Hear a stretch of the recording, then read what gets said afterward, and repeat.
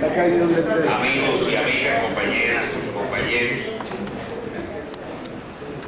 tengo el inmenso honor de presentar un panel armado por nuestros queridos amigos de San Salvador Atenco, en coordinación con otros pueblos de la zona donde se está construyendo el aeropuerto, que se han ido sumando a la lucha y que van a traernos su voz hoy aquí. De la misma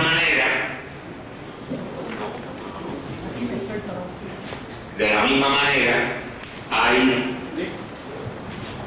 un grupo de especialistas, investigadores de distintas especialidades que van a abordar la cuestión de derechos humanos, la cuestión legal, la cuestión del medio ambiente. Para nosotros, recibir aquí a los compañeros de Atenco es algo muy especial.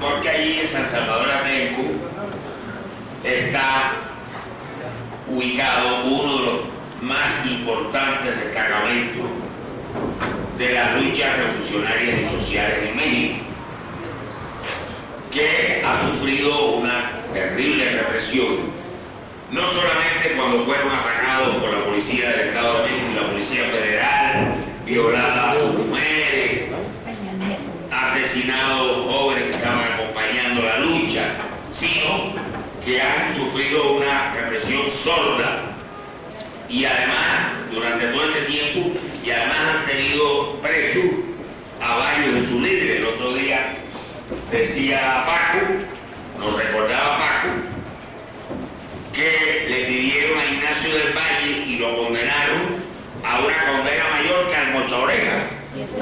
102 años. 112, 40 en Mocha Oreja. Eso nos recordaba Paco el otro día. Yo solamente he venido a darle la bienvenida a ellos y a los especialistas de la Universidad de la UNAM y de otros centros docentes y de organizaciones de la sociedad civil, porque va a apoderar Francisco Pérez Vega, que es un luchador social que ha estado siguiendo este movimiento desde el principio, cuya hija además estaba allí en Atenco el día de la arremetida de la policía del Estado de México y de la Policía Federal, y que por esa razón me pareció que de nuestro equipo era la persona más idónea para que hiciera la moderación. De modo que, nuevamente, bienvenido, un placer tenerlos aquí, esta es su casa, y le paso la batuta a Paco. Buenas tardes a todas y todos. Como voy a dar lectura a los compañeros participantes del panel, van a participar antes de que inicie el primer ponente, o la primera, que es Lidia Ramos. Le voy a pedir a América del Valle que nos haga una introducción, y bueno, ya viene el compañero Nacho del Valle, le vamos a dar un aplauso a él.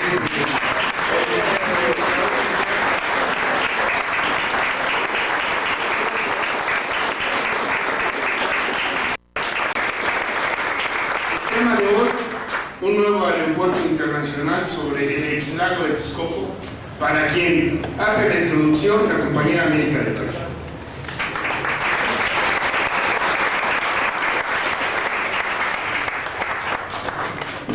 Buenas tardes a todos, todas. De antemano agradecemos infinitamente esta casa, la sentimos nuestra desde hace 17 años, desde que los pueblos decidimos levantar la voz contra este monstruo llamado Aeropuerto Internacional. Esta casa nos ha recibido con los brazos abiertos. Gracias, Ángel Guerra, gracias a todas las manos que se involucran para sacar adelante este foro, y muchos otros que en 17 años hemos compartido con ustedes. Gracias a la jornada y gracias, compañeras y compañeros, por asistir y estar al pendiente de estos pueblos que seguimos luchando y seguimos diciendo: existimos, resistimos, aquí estamos y no nos vendemos.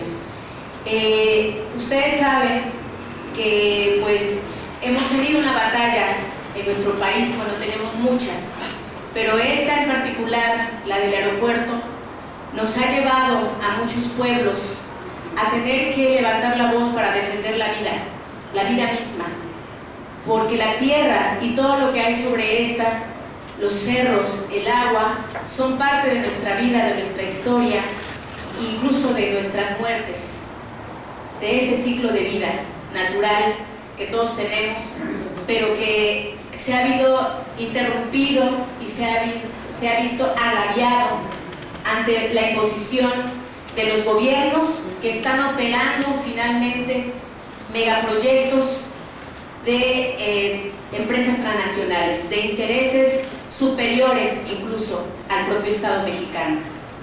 Y hoy, después de 17 años, seguimos levantando la voz porque ahora tenemos como vecino a una construcción, se está edificando una construcción de muerte, decimos nosotros. Y en una coyuntura particular como la que vivimos, donde se acercan unas elecciones presidenciales, la disputa está fuerte. Allá arriba, pero también aquí abajo, decimos: hay resistencia, existimos los pueblos, esos a los que no nos han tomado en cuenta en 17 años, esos que salimos marginados y sobrando cada vez que los de arriba y los distintos candidatos han puesto a discusión el tema del aeropuerto, poniendo en el centro el asunto, el tema de la corrupción, cuando nosotros decimos: no solo es la corrupción que debe ser castigada, que tendría que ser castigada con cárcel y condenada con la historia, pero no solo es la corrupción, también es el medio ambiente, también es todo lo que implica ese aeropuerto, que es el agravio a nuestro tejido social, el desplazamiento y extinción a nuestros pueblos, el despojo total de nuestros recursos naturales que nos van a dejar no solo a la cuenca del Valle de México en la nada, en la miseria, sino al país entero, que los distintos candidatos y los de arriba, los que están administrando este país, insisten en que paguemos los mexicanos. Por eso hoy estamos aquí. Por eso hoy seguimos abriéndonos paso en los distintos espacios que nos ofrezcan, en los distintos espacios que cultivemos para dar nuestra voz. Aquí estamos los pueblos, sí existimos y nos tendrían que tomar en cuenta, sobre todo cuando es sobre nuestro territorio a donde se edifica un monstruo de muerte. Y gracias y bienvenidas y bienvenidos. Y pues este pueblo nos seguimos organizando, seguimos luchando, a veces nos cansamos porque es cansado, pero créanos, compañeros, no hay derrota. Seguimos luchando porque la lucha que es auténtica, que es verdadera, seguro mañana tendrá que cosechar alguna victoria, y a eso le apostamos, a la vida. Amamos la vida y aquí estamos. Gracias por venir.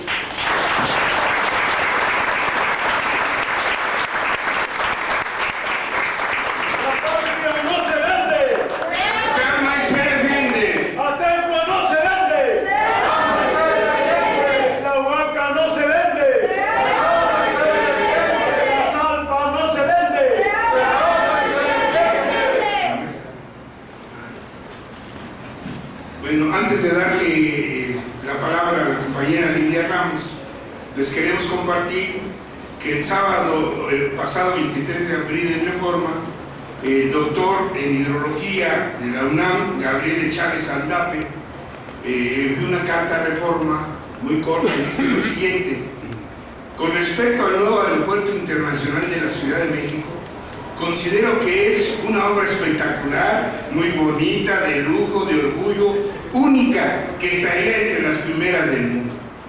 El problema central que yo les veo es que no estamos en Arabia Saudita o en uno de los Emiratos Árabes, ni tenemos una economía ni ellos nuestras deudas. sino en México. Pensar en que el actual aeropuerto y su relativamente reciente ampliación y remodelación de gran capacidad, de lujo, superior a muchos internacionales, se dejará de usar y se consideraría casi una pérdida total. Es inimaginable para cualquiera con un mínimo de sentido común. Además, la mayoría de las ciudades importantes tienen varios aeropuertos, pues es obvio que es más seguro y práctico repartir el tráfico que amontonarlo en un solo lugar.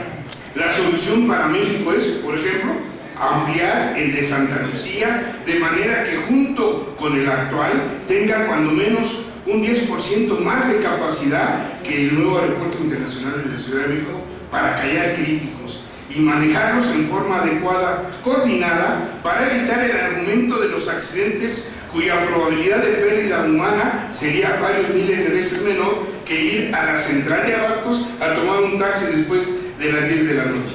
La distancia entre los dos aeropuertos, con el ahorro de los miles de millones que se tendría, se podría usar para poner invernaderos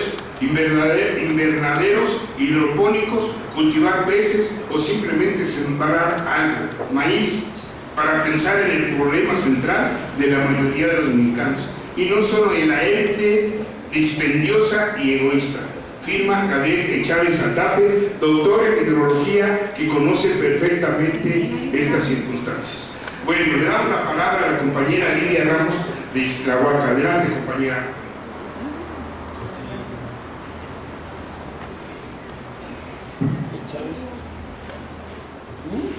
Buenas tardes a todos. Yo vengo de un poblado pequeño que se llama Ixtlahuaca, municipio de San Martín de las Pirámides, muy cerca de las pirámides. Allá tenemos un cerro que se llama Cerro Gordo, el Trigo y otro el Maninal. Cuando llegaron, pues yo no les nombro empresarios sino devastadores, con su maquinaria, a nadie le pidieron permiso porque ya habían hecho trato con el presidente municipal, con los delegados, con los copacis. Entonces pues yo decía, ¿que nadie va a hacer nada? Están devastando nuestras áreas verdes, todo. Pero pues afortunadamente nos unimos varios pueblos y empezamos a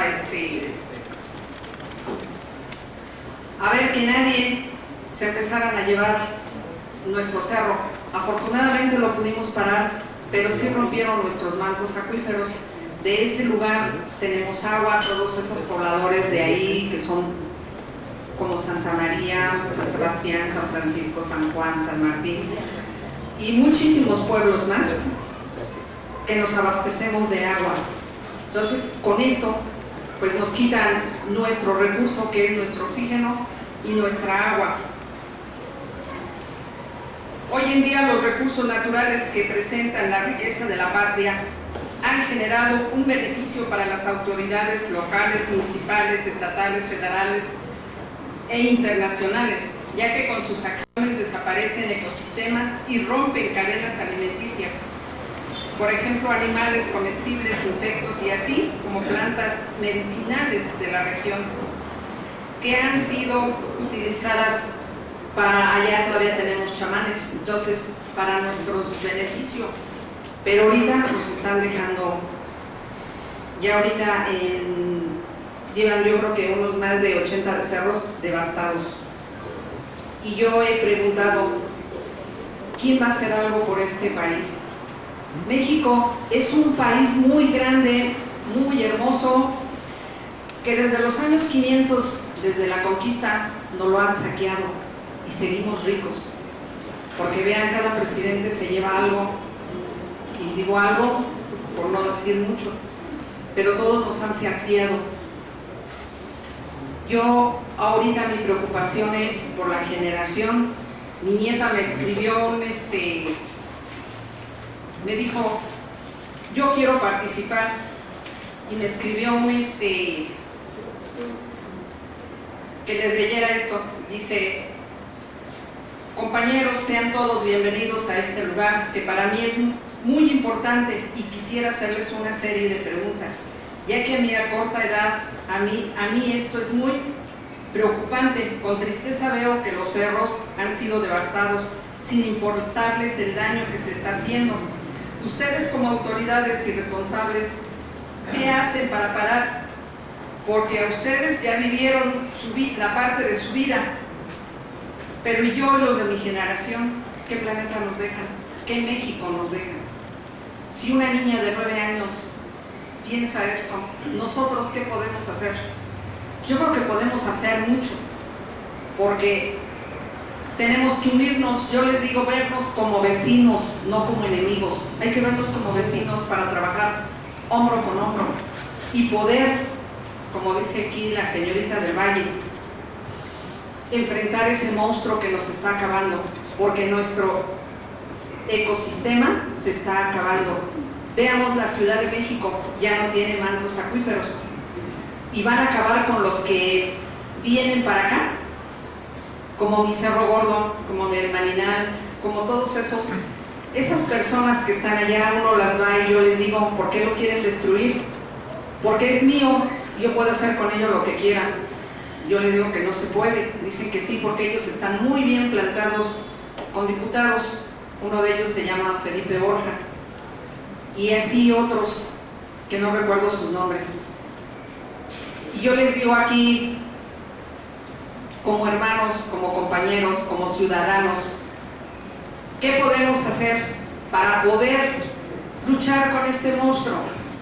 Yo no quiero que se siga devastando, porque México es una gran patria.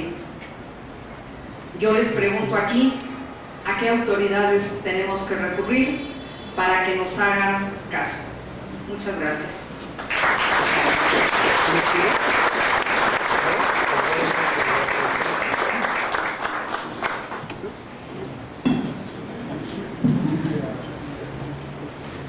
Queremos también saludar a todos los compañeros de Atenco que vienen con la señora Trini Ramírez, están allí. Muchas gracias por venir todos.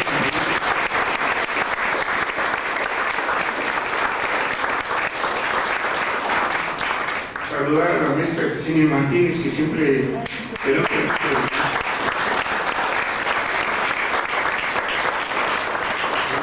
bueno, le pedimos al abogado César Augusto Sandino Rivero que nos haga favor de dar su plática. Buenas tardes, compañeras, compañeros. La historia del Frente de Pueblos en Defensa de la Tierra es una historia de un pueblo vencedor, de un pueblo digno, pero sobre todo de un pueblo que ha vencido a partir de la unidad. Esto ya lo comentaba la compañera que habló anteriormente. Hace falta unidad para poder vencer. La historia en Atenco ha sido de esa manera. Ha luchado en diferentes momentos en la historia en los últimos años en este país y han vencido. Nosotros estamos seguros que en esta batalla que existe en este momento se puede vencer todavía. Se cumplen, en este mes se cumplieron 12 años de una brutal represión en Atenco, en donde hubo muertos, hubo gente torturada, hubo gente privada de la libertad, hubo gente sentenciada, ya lo decía en un inicio, a 112 años de prisión. Ni siquiera los peores delincuentes son sentenciados en este país a esa magnitud de años, pero claro, la intención es enviar un ejemplo y enviar a cualquier luchador social o a cualquier persona que tenga una forma diferente de pensar, que ejerza la libertad de expresión, un mensaje que en este país no se puede hacer. Sin embargo, siempre existen pueblos dignos que sí lo hacen y personas independientemente que también lo llevan a cabo. Esta parte de la historia de Atenco es importante. Antes de entrar al tema del aeropuerto, me gustaría mencionarles dos situaciones que yo creo que todos las conocen muy bien.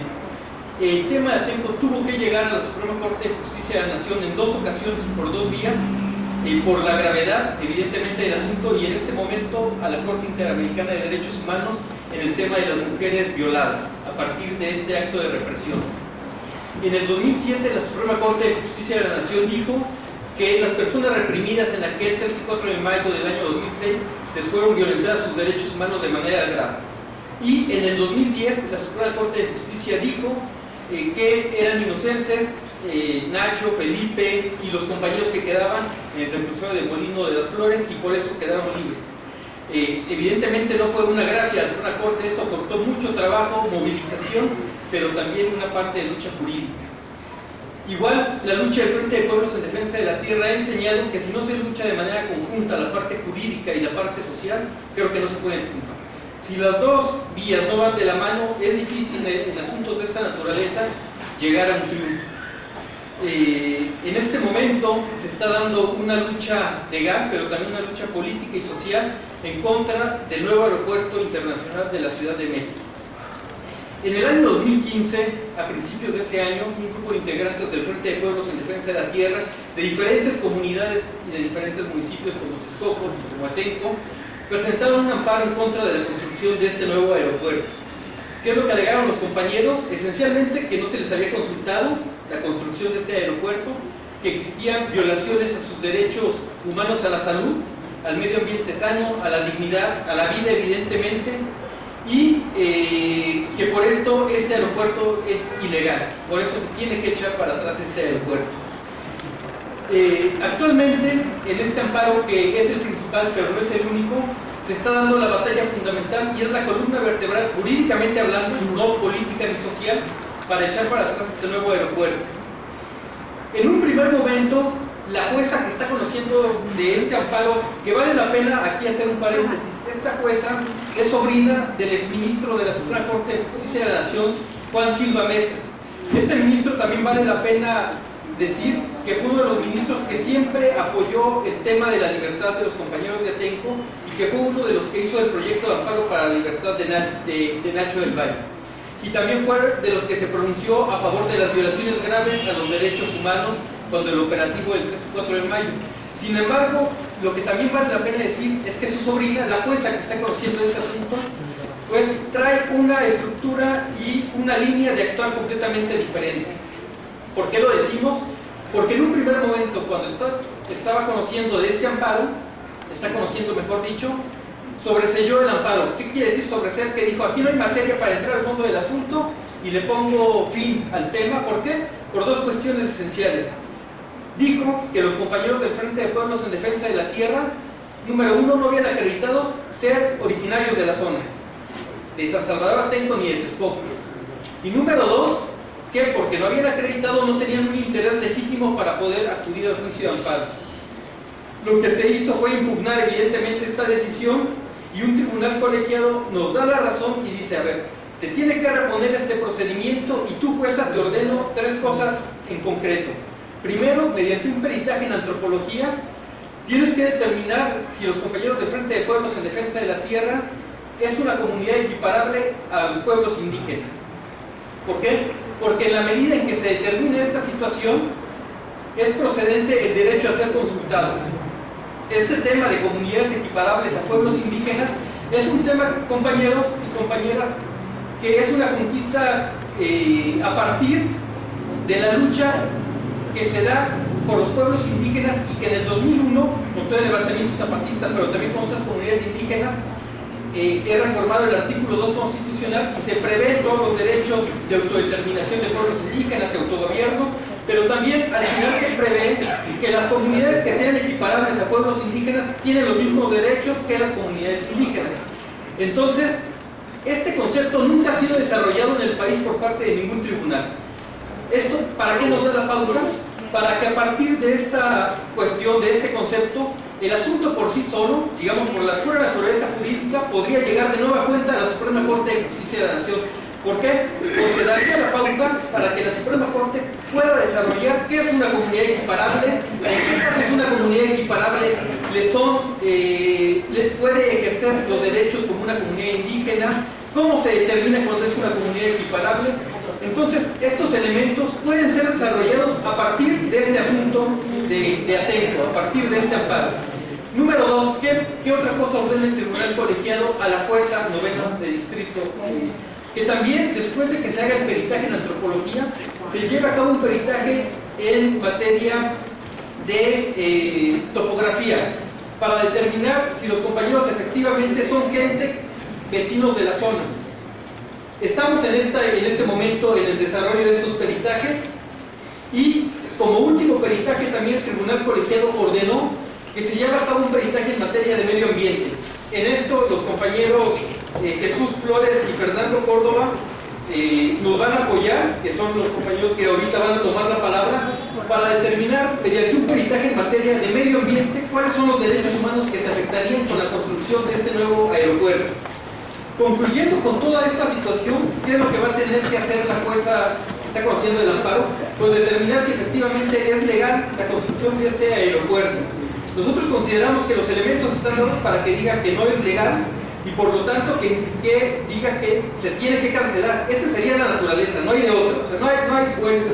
Sin embargo, también hay otros actores fundamentales políticos en el asunto. Uno, el Grupo Aeroportuario de la Ciudad de México, que además de ser un actor económico y político, es también un actor en el amparo como tercero perjudicado. Está la Secretaría de Comunicaciones y Transportes, está Gobierno Federal, está Semarnat, que son actores políticos y jurídicos en los juicios de amparo. Entonces, esta lucha va a ser larga, esta lucha no se va a acabar en este sexenio, esta lucha se va a acabar, o mejor dicho, los amparos se van a resolver, la lucha jurídica se va a acabar en el sexenio que viene. Y todos hemos visto con los presidenciales cuál ha sido la postura. Mid y Anaya dicen el aeropuerto va donde está. Andrés Manuel ha dicho tal vez sí, tal vez no, desde mi punto de vista muy ambivalente, y se han centrado más en el tema, como lo decía América, en la opacidad, en la corrupción, en el desvío de recursos, y ha sido una bandera política para los presidenciales, pero no se han centrado en la afectación a las comunidades, a los pueblos, no se han centrado en la destrucción del tejido social y en lo que va a implicar para la comunidad de Atenco y de Texcoco afectadas.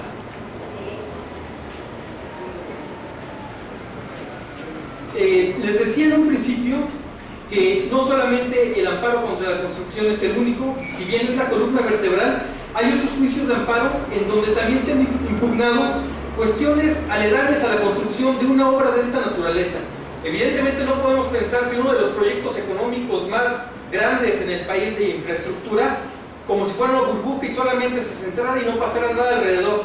Esto implica construcción de carreteras, infraestructura, hoteles, zonas hoteleras, o sea, todo lo que implica una obra de esta naturaleza. A la par de la construcción de este aeropuerto se está llevando la construcción de una carretera que viene desde Tezoyuca, cruza por el municipio de Tezoyuca, por Atenco y por el municipio de Texcoco. Esta carretera literalmente está partiendo la parte, digamos, habitable de los municipios a la parte donde tienen sembradíos. Realmente uno se puede percatar de manera clara cuando hace un recorrido y dice de qué manera van a pasar las personas de donde viven a donde tienen sus tierras ejidales. Entonces las están partiendo literalmente. ¿Cómo van a seguir pasando en donde mucha gente todavía sigue sembrando? Dicen, pues les hacemos un túnel, un puente. Eso es algo completamente ilógico. Está atentando directamente contra el derecho al territorio y el derecho a la subsistencia de mucha gente que todavía sigue ocupando sus tierras. Entonces, también esta parte se ha impugnado mediante juicios de amparo. En un principio, en algunos se otorgaron la suspensión. ¿Qué quiere decir la suspensión jurídicamente? Que las cosas no se tienen que seguir llevando a cabo hasta que no se resuelva el amparo. Sin embargo, las autoridades no han acatado en algunos amparos estas suspensiones. Y esto es un claro ejemplo que hay una decisión de Estado para consolidar este proyecto. ¿Por qué? Porque si no, de otra manera no se puede leer que los jueces, o sea, el Poder Judicial lo permita, que el Poder Ejecutivo lo lleve a cabo. O, haciendo un paréntesis, ¿cómo podemos leer que hace un mes, en el cumpleaños de Salinas de Gortari, convivieron empresarios, convivieron políticos y convivieron ministros de la Suprema Corte de Justicia de la Nación? 4 ministros estuvieron allí. ¿De qué manera el pueblo puede esperar que va a haber una independencia judicial en temas de este tipo? Y esto no quiere decir que no se pueda lograr un triunfo. Como les decía en un principio, Atenco lo ha demostrado que se puede, no de manera independiente, lo ha demostrado luchando junto con otros pueblos. Y les decía, la parte jurídica nosotros creemos que es necesaria, tiene sus limitaciones. En algún momento recuerdo que lo decía Adolfo Gili, la parte jurídica es la llave y la parte política es la fuerza que empuje esa llave. Si no se hace de esa forma en temas de esta naturaleza, creo que nos estaríamos equivocando. Yo quiero dejar aquí en participación, compañeras y compañeros, y pasar la voz a los expertos y las expertas que van a hablar en este momento. Gracias. Muchas gracias.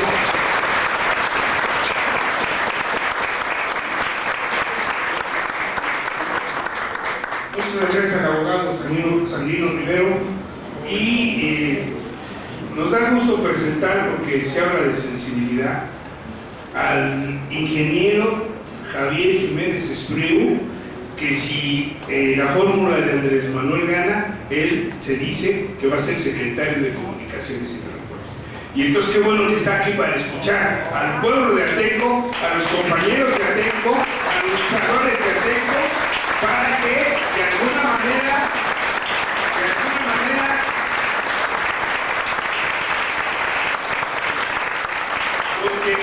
de aquí de alguna manera, amén de las razones técnicas que pueden ser totalmente abundantes para no ponerse el nuevo aeropuerto allí, lo que fundamentalmente buscan los pueblos aledaños y el pueblo de Atenco en particular es el daño ecológico, sus tierras y su identidad y origen de labrar dichas tierras.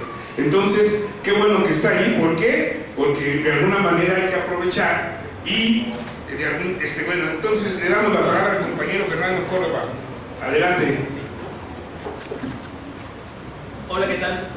Gracias por la invitación, antes que nada. Y yo les quiero platicar de una cosa que ahora llamamos nosotros manifestaciones de cinismo ambiental. A ver, ahí se ve mejor. Entonces, nosotros ya optamos por llamar manifestaciones de cinismo ambiental a lo que debería ser una manifestación de impacto ambiental. Y voy a tratar en los 10 minutos que me dan, tratar de englobar el tema ambiental del aeropuerto, que es bastante amplio, ¿no? Desde un principio, digamos, la idea que nos vendieron después de que Peña Nieto hizo el anuncio del aeropuerto fue básicamente una campaña mediática, ¿no? O sea, tratar de convencernos de que necesitábamos un aeropuerto y de que discutiéramos qué bonito se veía el nuevo diseño, ¿no?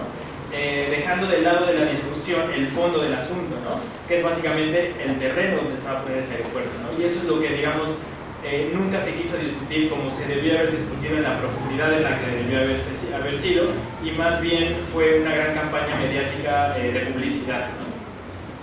Entonces les quiero contar básicamente cómo funciona esto, y tenemos al gobierno de la República queriendo hacer un nuevo aeropuerto, ¿no? Para hacer un aeropuerto tiene que hacer una manifestación de impacto ambiental. Teóricamente la manifestación de impacto ambiental pues es una valoración entre qué efectos positivos y qué efectos negativos va a tener, y eso es lo que le permitiría a la autoridad ambiental decidir si un aeropuerto va o no va con respecto a los impactos que va a generar. Entonces la manifestación de impacto ambiental se tiene que hacer, digamos, con la mayor objetividad técnica posible y con la mejor ciencia al alcance, ¿no? Nosotros cuando revisamos el proyecto tuvimos acceso al acta constitutiva de la empresa que hizo la manifestación de impacto ambiental, y resulta que la empresa es Especialistas Ambientales SADCB y el socio fundador de la empresa es Rodolfo Lacy Tamayo, que resulta ser el subsecretario de Planeación y Política Ambiental de la Semarnat.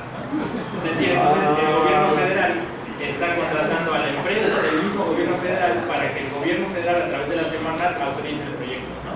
Entonces eso básicamente lo que significa es que iban a pasar el proyecto independientemente que, ¿no? O sea, era una imposición técnica en este sentido.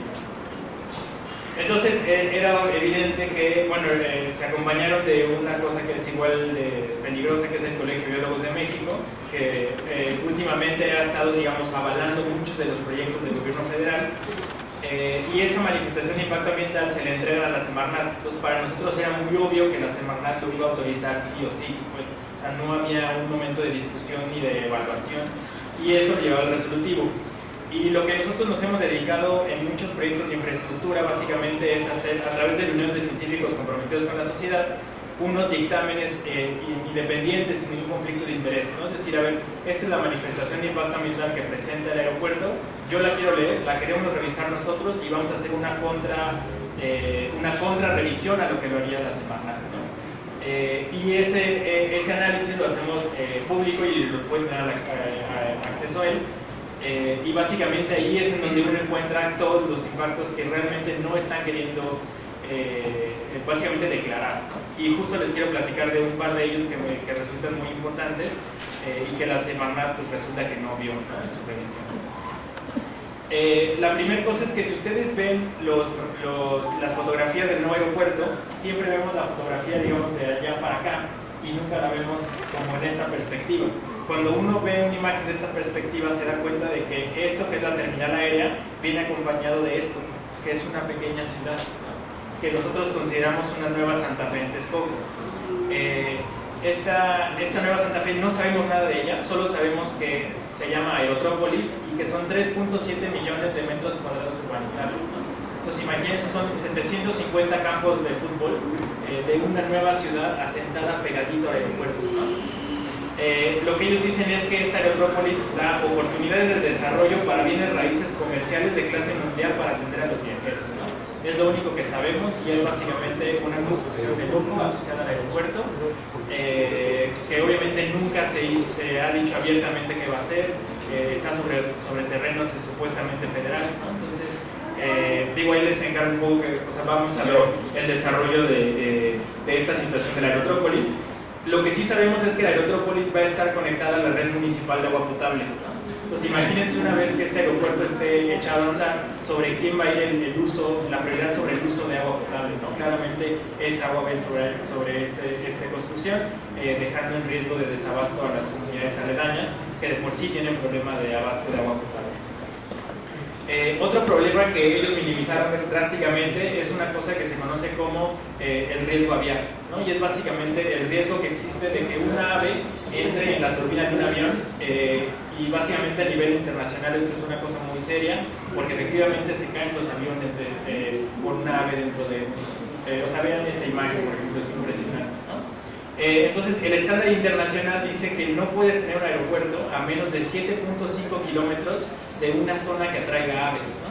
Pues resulta que al lado del aeropuerto está el lago Nabor Carrillo, que es uno de los principales atractores de aves de todo el centro del país, y ese está a 1.2 kilómetros, ¿no? Entonces básicamente el riesgo por colisión es muy fuerte, y ahora hace poco nos enteramos que Mitre, esta empresa consultora, le sacó esto, digamos, al grupo aeroportuario, y el grupo aeroportuario ha decidido desecar el lago Nabor Carrillo y volverlo una laguna de regulación, ¿no? No puede tener un cuerpo de agua permanente que esté atrayendo aves, porque amplía este riesgo, y más bien la laguna regulación lo que va a hacer es que casi todo el año va a estar seca y nada más en temporada de lluvias va a tener un poco de agua, ¿no? Entonces esos, digamos, son impactos que por supuesto nunca se consideraron o nunca quisieron declararlos desde un principio, ¿no? Y el riesgo aviar lo tienen que resolver sí o sí. Otro problema muy grave que ustedes seguramente ya han escuchado mucho es el hundimiento y la inundación, ¿no? El exvaso de Texcoco está en la zona más baja de la cuenca, es decir, cualquier gota de agua que caiga en la cuenca va a viajar a esa zona, ¿no? Entonces, no solo es la zona que está más bajo, sino más es de las que más se hunde, ¿no? Se hunde más o menos entre 25 y 30 centímetros al año, y eso hace que tiene un gran factor de inundación, ¿no? Cuando llueve mucho, esa zona se inunda, pero se inunda de manera natural, pues, digamos, el agua siempre reclama su territorio, ¿no? Entonces, eso es lo que está pasando en la parte de Texcoco. Ahora, esto sí me gustaría tener un poco, y es, imagínense ustedes la Ciudad de México sobre un globo de agua, ¿no? Entonces, quien soporta el peso de la ciudad es el agua, no el globo, ¿no? Entonces, si nosotros sacamos agua del acuífero, como lo hemos estado haciendo hasta ahora, que sacamos más del doble del que permitimos que entre al globo, lo que hace es que se empiece a hundir la ciudad. Y eso lo estamos viendo desde hace muchos años, ¿no? La ciudad se hunde porque estamos extrayendo más agua de la que estamos metiendo, ¿no? Eso hace que sea una condición muy paradójica, porque en la Ciudad de México llueve muchísima agua año con año, pero nos estamos quedando sin agua potable también, ¿no? Entonces, la Ciudad de México tiene esta lucha que heredamos desde los españoles, de tratar de luchar contra el agua, ¿no? Sacar el agua, sacar infraestructura y más infraestructura para no inundarnos, y eso hace que el agua naturalmente no la estamos infiltrando, no estamos respetando, digamos, los ciclos naturales de infiltración, y eso hace que nos estemos quedando sin agua. Como nos estamos quedando sin agua, hay que traer aguas de otras cuencas muy diferentes, como el Cutzamala, ¿no? Entonces básicamente tenemos que traer agua de otros lugares y nos llenamos de agua y esa agua la estamos sacando, ¿no? Entonces básicamente la única solución contra esta pésima gestión del agua es básicamente Texcoco, ¿no? Y desde hace más o menos 40 años se ha pensado que lo que tenemos que hacer para resolver el problema de agua potable de toda la ciudad y de paso el problema del hundimiento es convertir Texcoco en lo que era, un lago, ¿no? Y entonces yo quiero que esta foto me gusta ponérselas aquí nada más para que vean, es una foto satelital, para que vean la escala o la magnitud del aeropuerto, ¿no? Aquí tenemos todo el bosque de Chapultepec, que es de este tamaño, todo esto es ciudad universitaria, esto de acá es todo Xochimilco y este es el tamaño del nuevo aeropuerto, ¿no? Entonces, claramente estamos perdiendo digamos, básicamente la mayor oportunidad de asegurarnos agua potable en un futuro, ¿no? Y no solo la gente del alrededor, sino toda la gente que dependemos del agua subterránea. Y ahora hemos visto, por ejemplo, con el caso de Ciudad del Cabo, que es la primera ciudad moderna en quedarse sin agua, que es realmente viable quedarse sin agua, ¿no? O sea, de un día para el otro las ciudades se quedan completamente sin agua, y cuando uno ve el caso de Ciudad del Cabo se da cuenta que estamos haciendo o cometiendo exactamente los mismos errores de gestión en la ciudad. Entonces, si ven esta imagen, yo les preguntaría, ¿dónde infiltramos agua? ¿No? O sea, si todo lo gris es cemento, ¿dónde estamos infiltrando el agua? ¿Qué tanto necesitamos todos? ¿No? Pues no hay. ¿Y qué es el tamaño suficiente para captar agua? Pues básicamente lo que antes era el lago de Texcoco, ¿no? Y vean el tamaño del lago Naborcarrillo, que es justo lo que ahora se va a desecar, ¿no? Entonces, el impacto que esto va a generar es realmente brutal. Y bueno, ha habido muchas ideas de regresar a Texcoco a la vocación lacustre, incluso el Plan Regional de Desarrollo Urbano y el Plan Municipal de Desarrollo Urbano de Texcoco ya consideran esta zona como un área natural protegida en donde está prohibida la infraestructura, y lo único que se puede hacer es la recuperación del lago. Déjenme adelantar un poquito. Y entonces, bueno, dentro de la manifestación de impacto ambiental, quien hace la manifestación dice, ok, el aeropuerto va a generar tales impactos, pero entonces vamos a hacer medidas para compensar ese impacto ambiental. Y les quiero platicar las dos medidas de compensación que propone. La primera es, vamos a ampliar los cuerpos de agua, ¿no? Entonces, esta es la zona del aeropuerto y estos, digamos, los nuevos cuerpos de agua que ellos pretendían hacer. Ahora, con esta parte del riesgo aviar, es obviamente ilógico que lo quieran hacer, porque lo único que van a hacer es ampliar muchísimo el riesgo de colisión. Entonces, básicamente, esto no va a ser, ¿no? Esa era una primera medida de compensación completamente incompatible con el uso de un aeropuerto. Y la segunda era, ellos vendían, incluso en ese momento el secretario de Medio Ambiente lo vendía como, vamos a hacer un terreno 8 veces más grande que todo el bosque de Chapultepec, de puras áreas verdes, ¿no? Pues resulta que el lago de Texcoco históricamente era un lago salado. Entonces, actualmente el suelo que está ahí es un suelo salado. Entonces, no todas las especies pueden tolerar esas cantidades de sales. Entonces, ellos eligen una especie australiana, que es el cedro salado, y más o menos estimaban sembrar 260,000 individuos de esta especie, pero resulta que el cedro salado está catalogada por la Comisión Nacional de Áreas Naturales Protegidas como una de las principales amenazas para la flora y fauna nativa del país, porque es una plaga que se dispersa incontrolablemente y su erradicación es imposible. Es decir, en todo el país estamos peleando contra esta especie que se vuelve una plaga, y resulta que esa es la gran medida de compensación del aeropuerto, ¿no? Entonces, bueno, esa es la otra gran medida de compensación. Y otra cosa que nunca dijeron era la devastación de los cerros para obtener material, ¿no? Entonces, digamos, ellos de manera muy maquiavélica lo que hacen es, yo sé que mi aeropuerto es esto, pero el impacto va a ser este, ¿no? Y requiero material, y requiero desecar los lagos, y requiero autopistas y vías de acceso, pero para en términos de la autorización solo te voy a decir el impacto de esto chiquitito, ¿no? Entonces nunca hemos conocido el impacto real de la obra, y el impacto real es básicamente lo que estamos viendo día con día, ¿no? Pues resulta que para hacer aeropuerto necesitas devastar cerros, ¿no? Bueno, ¿quién autorizó eso? ¿Quién lo evaluó? ¿No? ¿En qué momento supimos que eso iba a ocurrir? Y como decía Lidia, pues no, de un día al otro ya traen permisos y tienen completamente autorizado la devastación de los cerros. Y no solo es eso, sino que además al aeropuerto también van asociados 12 proyectos viales, ¿no? Entonces, con la crisis y el caos vial que vivimos en esta ciudad todos los días, más o menos 190 kilómetros más de vías viales están contempladas como parte del aeropuerto, ¿no? Entonces, lo que yo les diría es, el impacto que nosotros vamos a ver en los siguientes años es el impacto acumulado, el impacto regional que va a tener la obra sobre toda la cuenca, y no nada más lo que ellos nos venden, que es el impacto de la terminal de X número de metros cuadrados, ¿no? Y bueno, aquí ya nada más les comparto el título del estudio que nosotros hicimos desde enero de 2015, y que nosotros apoyamos el que hablaba el compañero en términos del peritaje peritaje ambiental, esto está contenido y el juez lo sabe y está siendo parte de la discusión en términos legales, ¿no? Y bueno, muchas gracias y ya no tomo más tiempo.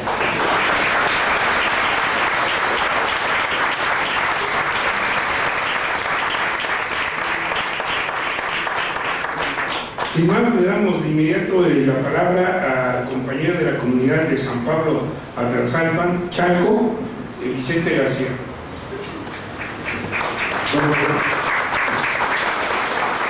Bien, bueno, yo vengo a platicarles sobre las afectaciones que está teniendo la comunidad de San Pablo Atlaxalpan, del municipio de Chalco, Estado de México. Atlaxalpan es un pueblo originario en la región del Valle de México. Es un lugar donde se siembra maíz, frijol, haba, y pues estos proyectos vienen a afectar lo que es la vida de las comunidades. En nuestro caso, en noviembre del 2017, de momento pues llegó una empresa a devastar los cerros y sin los permisos correspondientes. Nosotros nos dimos cuenta pues que teníamos que organizarnos, ¿no?, en la comunidad y que empezar a buscar sobre los efectos que iba a tener esta obra. Finalmente nunca pensamos que en la región de Chalco, alejada de lo que es el lago de Texcoco, pudiéramos tener una afectación que tuviera que ver con el aeropuerto.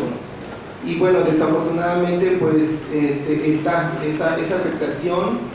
Y nos damos cuenta que en las comunidades que están alrededor del lago de Texcoco, como hay resistencia de los pueblos, pues las empresas lo que están buscando es donde se dejen, pues es otro lugar donde puedan seguir sacando el material sin conocer la afectación, sin importarles la afectación que va a generar en esas comunidades.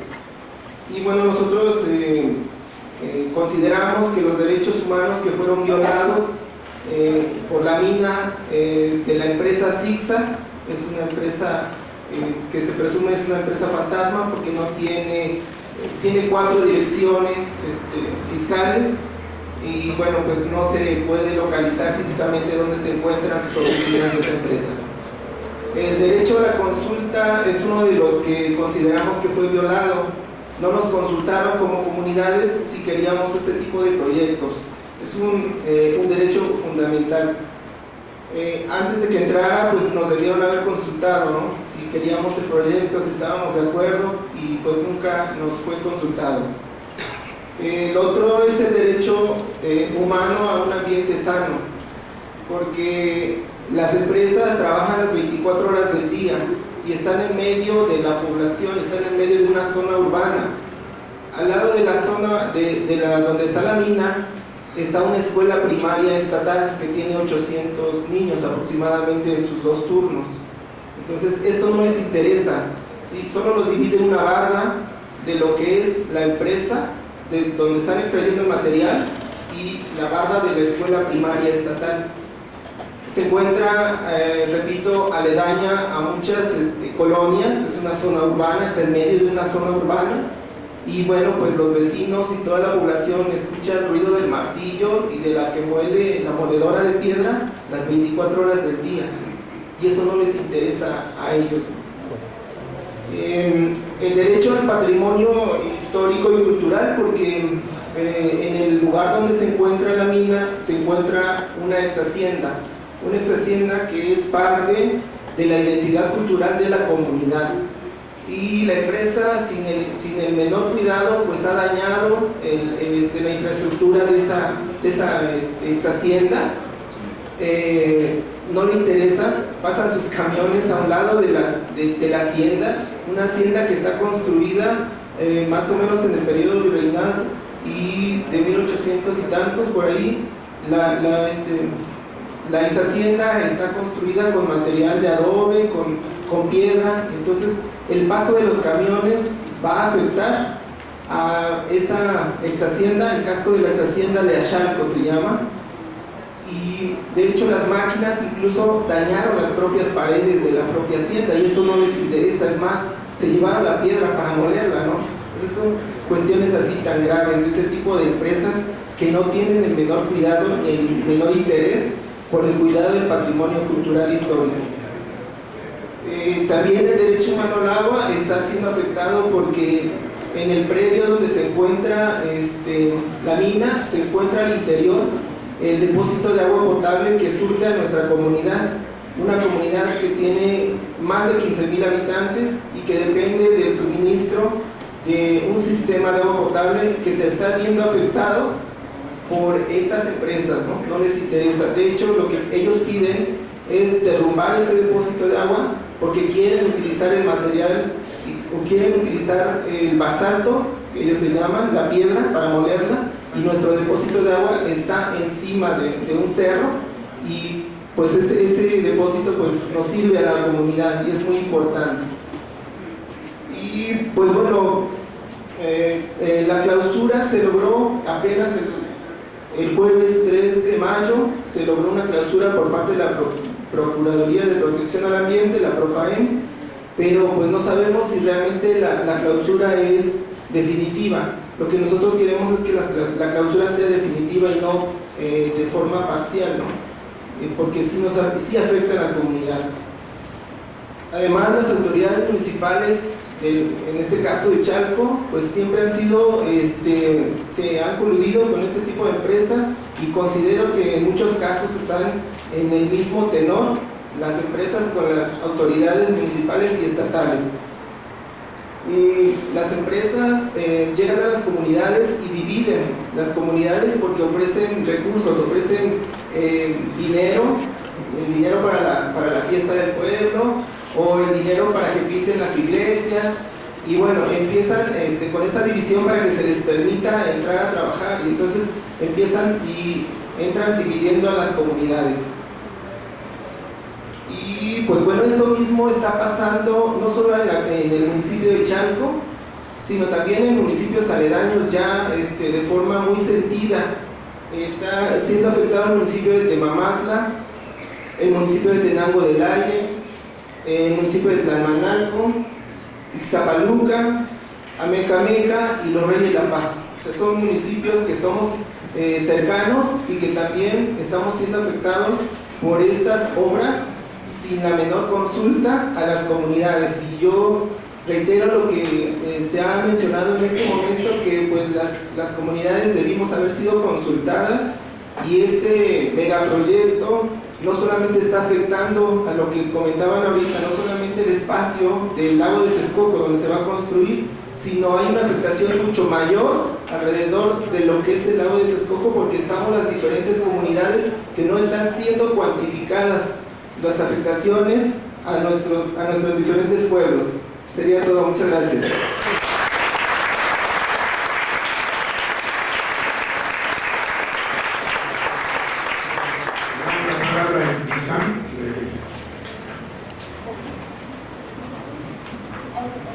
Buenas tardes, quiero agradecer primero a los compañeros del Frente de Pueblos, Defensa de la Tierra, la oportunidad de trabajar, de colaborar a través de los peritajes en antropología en esta batalla jurídica que están haciendo en varios juicios de amparo, y también la invitación a esta mesa.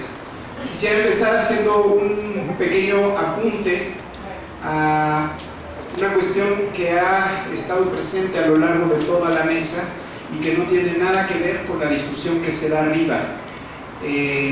Hasta el momento la discusión aquí abajo la hemos desplazado, ya no es en realidad sobre dinero, sobre inversiones extranjeras, sobre lo que le interesa al capital. Aquí estamos hablando de algo mucho más profundo, mucho más arraigado, que es lo que quieren enterrar, que es la identidad de los pueblos, que es la historia, que es su modo de vida y su existencia en el futuro. Eso es, digamos, lo que está en el fondo de la cuestión, y consideramos quienes hemos participado en quienes hemos tenido oportunidad de participar en este estudio antropológico, que es en donde tenemos que poner la discusión. Por supuesto que hay temas de corrupción, que hay temas de exageración de gastos, que hay cuestiones ambientales serias, pero estas van vinculadas al proceso de la cultura, al proceso de la historia y a la posibilidad de la existencia en el futuro de los pueblos. Esta perspectiva ha sido marginada justamente en un proceso electoral que se supone que llama a la democracia.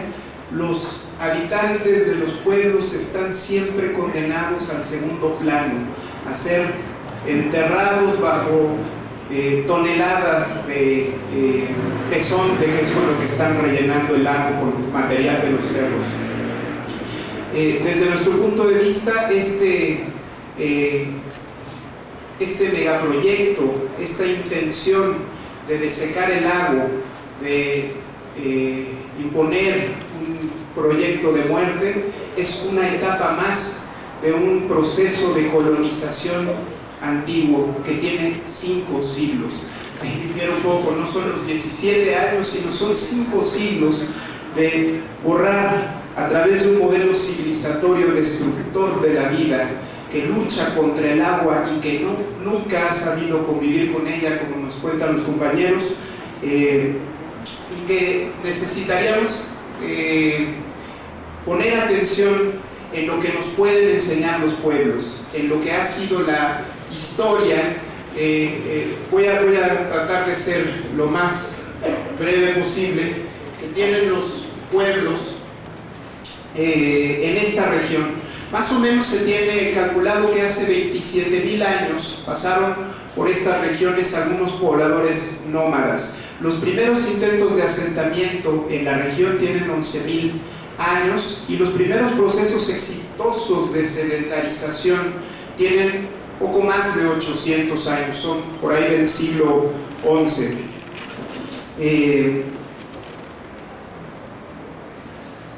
Creo que es necesario recalcar que todo esto, toda esta información, que es la que los pueblos y los investigadores han ido recabando y que juntamos en el peritaje para demostrar que los pueblos son originarios, que existían antes de la llegada de los españoles, como se estipula en el artículo, en el convenio 169 de la OIT y en el artículo 2 de nuestra Constitución que reseñaba el abogado Rivero.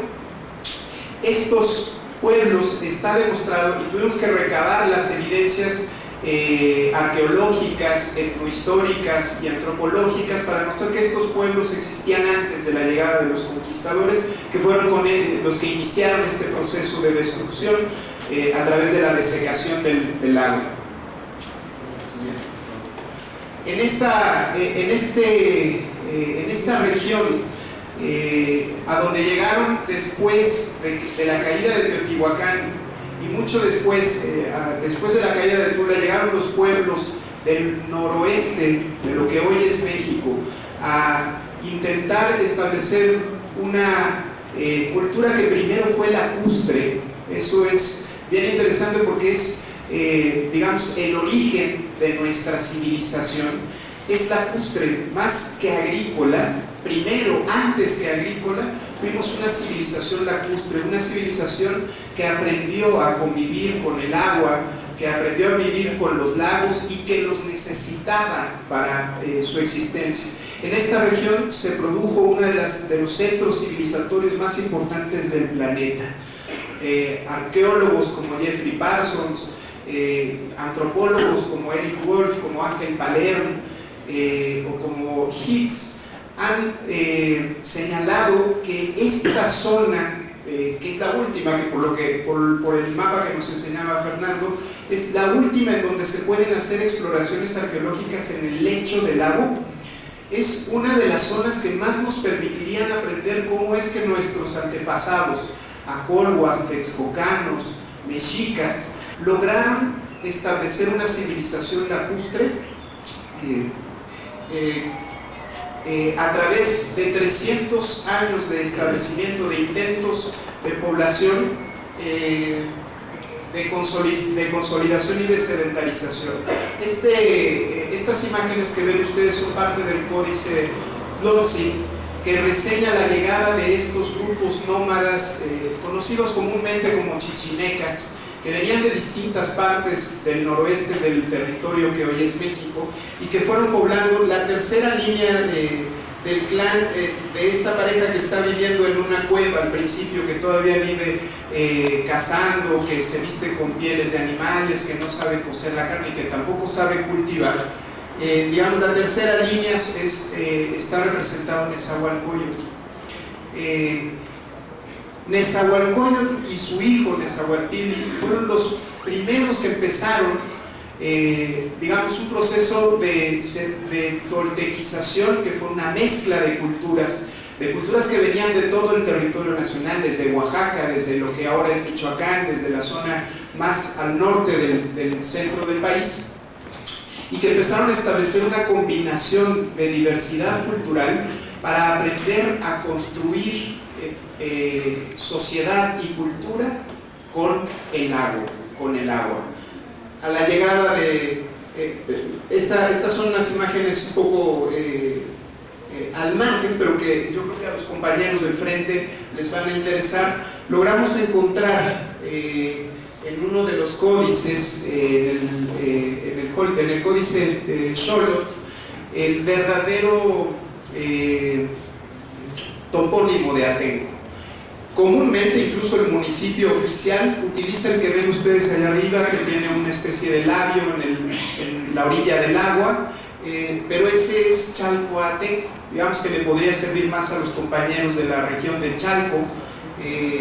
El brazo con el hombro sería el territorio, digamos, el distrito, el estado completo, que es la región Acolhuac o el Acolhuacan, que fue un señorío que a veces se extendió, dependiendo de los tiempos históricos, hasta la región del norte de Puebla, o hasta Querétaro, o hasta la zona de Puebla, Oaxaca, Tehuacán, pero que fue poderosísimo, el Acolhuacan. Y en esta parte inferior vemos a este personaje, que es su gobernante, encima del agua. Ese es el topónimo de Atenco, más que el de Chalcoatenco. La siguiente. Este es un mapa que está en Uppsala, que refiere un poco el tipo de vida. Ustedes lo pueden ver, está en la red, hay buenas capturas en alta definición, de la forma de vida que tenían en la convivencia con el pueblo, la cacería de patos, la recolección de la hueva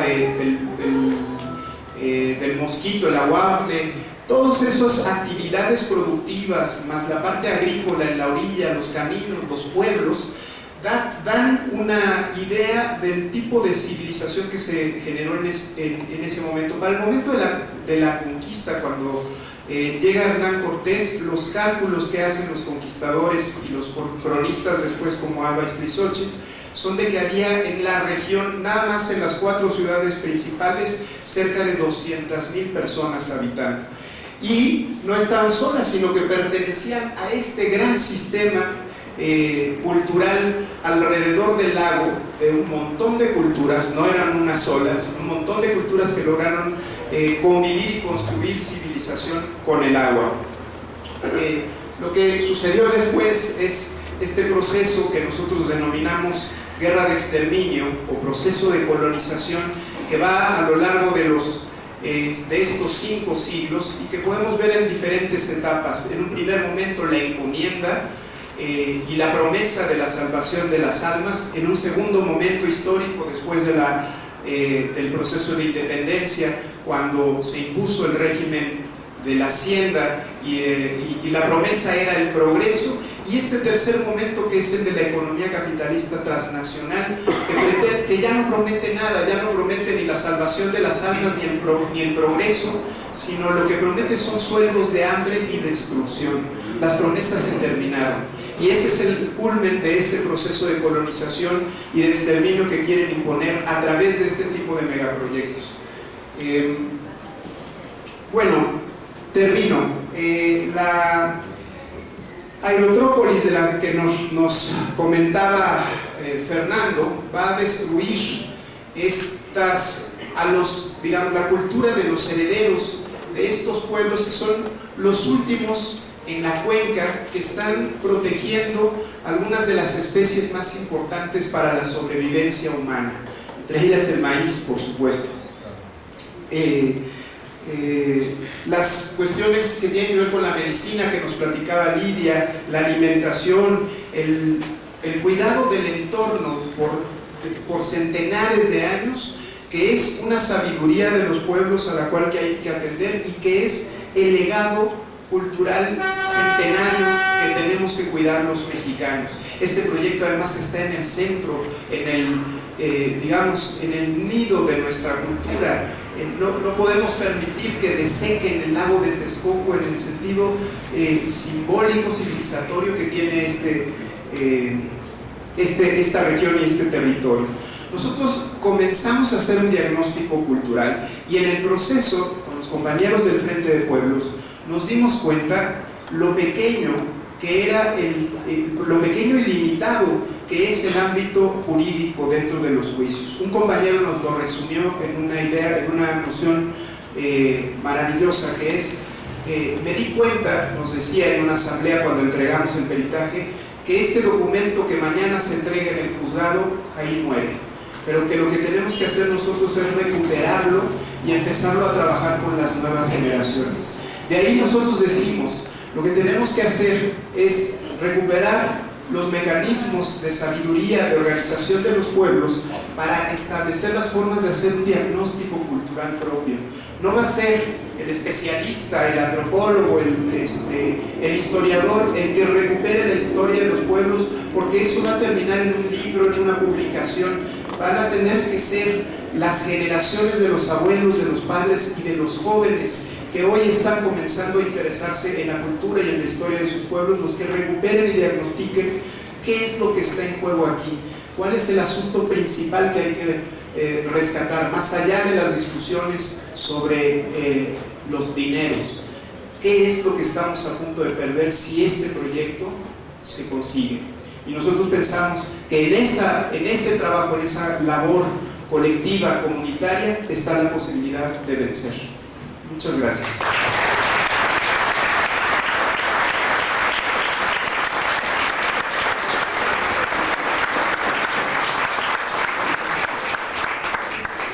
Le damos las gracias a Itzán por su explicación del origen, raíces e identidad de nuestros pueblos en esta zona.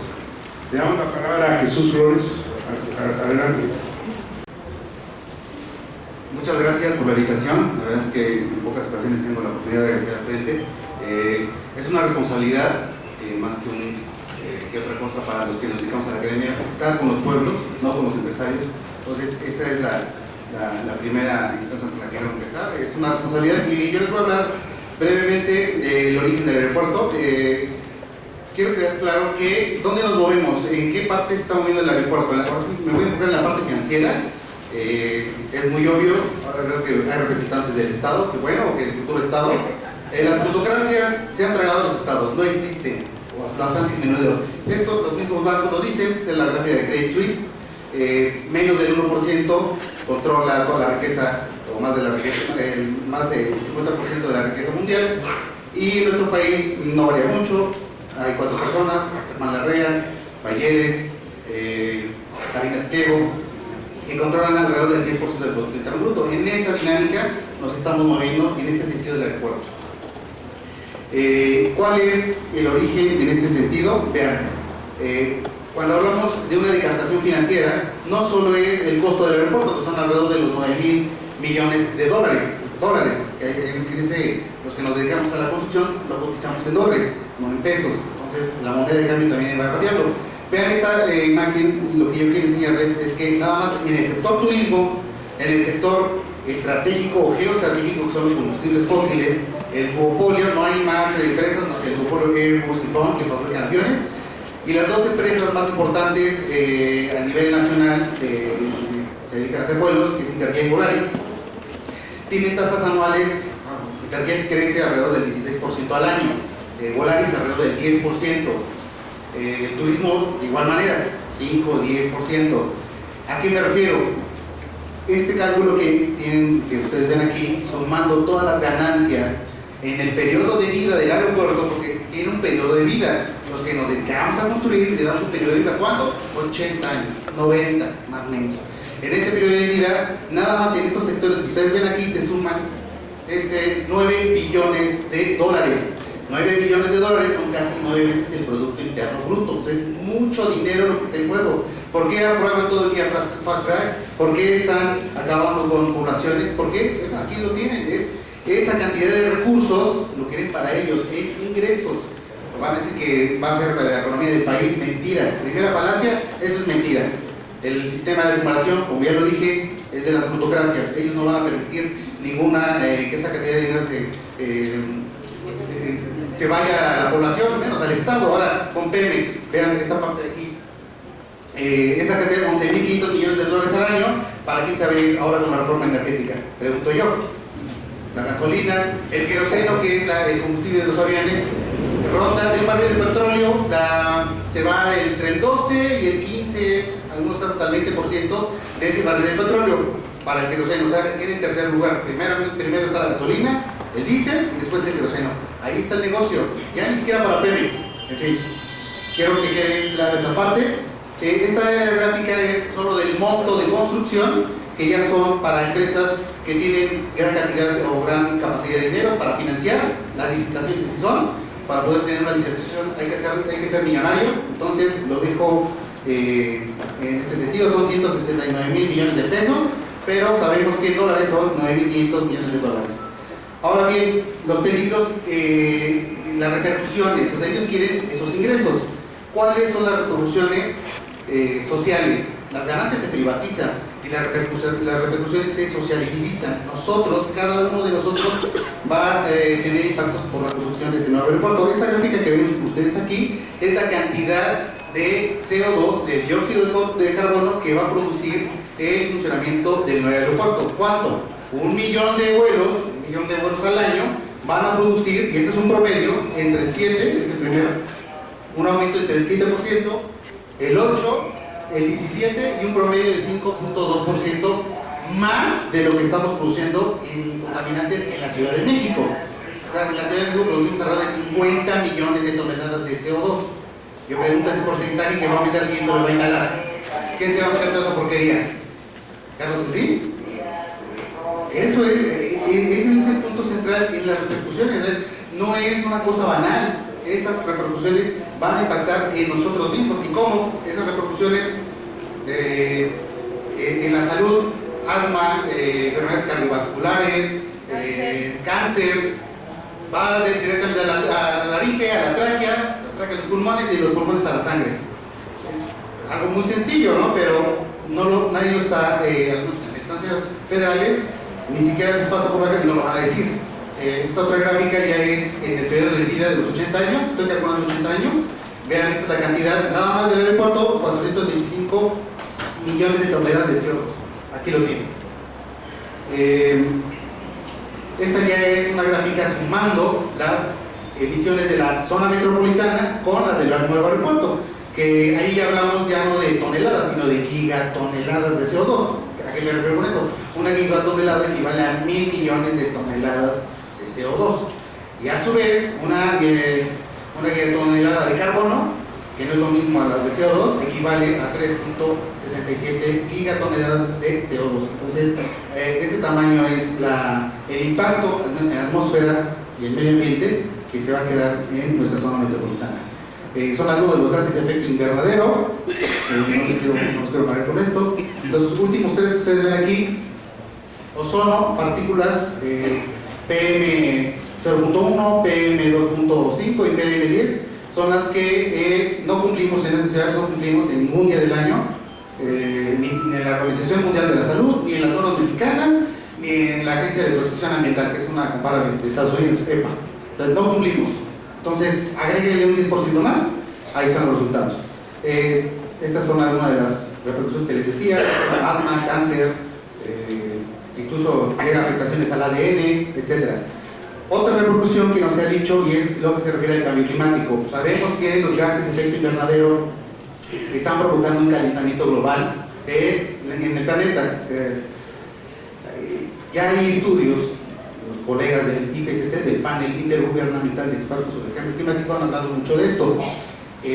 Dan una serie de estadísticas que son las que ustedes ven aquí.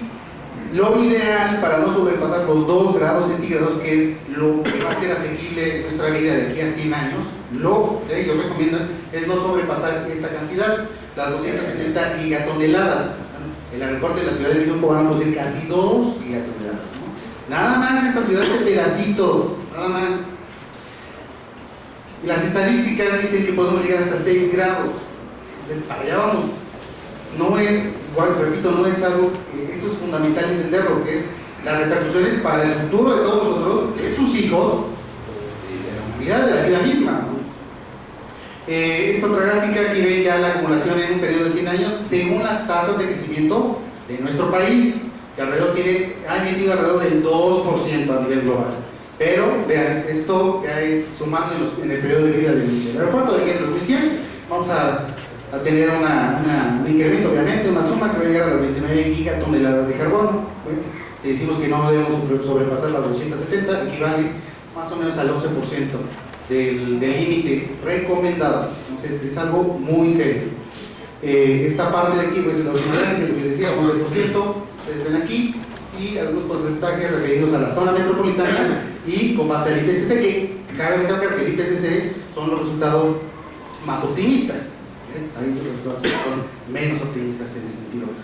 La crisis del agua, vean, son algunas de las reglas o leyes que han echado para atrás, las han violado, las han pisoteado: el reglamento de construcción, la ley general de equilibrio ecológico, ley agraria, ley de asentamientos humanos, etcétera, etcétera, etcétera. ¿Sí? Esto que ven ustedes aquí es la mancha urbana, y lo que el aeropuerto implicaría va a romper una barrera que estaba limitando ese crecimiento, esta de aquí, la va a romper. ¿Para qué? Para hoteles, para casas, para viviendas. Eso es lo que significa, ¿no? En términos urbanos es la afectación más importante en siglos. Bueno, esta parte es la parte de geotecnia, que está en el corazón del lago de Texcoco. Nosotros hacemos una diferencia en tipos de suelo, que con esto se va a hundir más de 30 centímetros en esta zona, más, y es altamente colapsable, hay fracturas dentro de la tierra, etc. Ahora quiero enseñarles la parte del agua, por acá.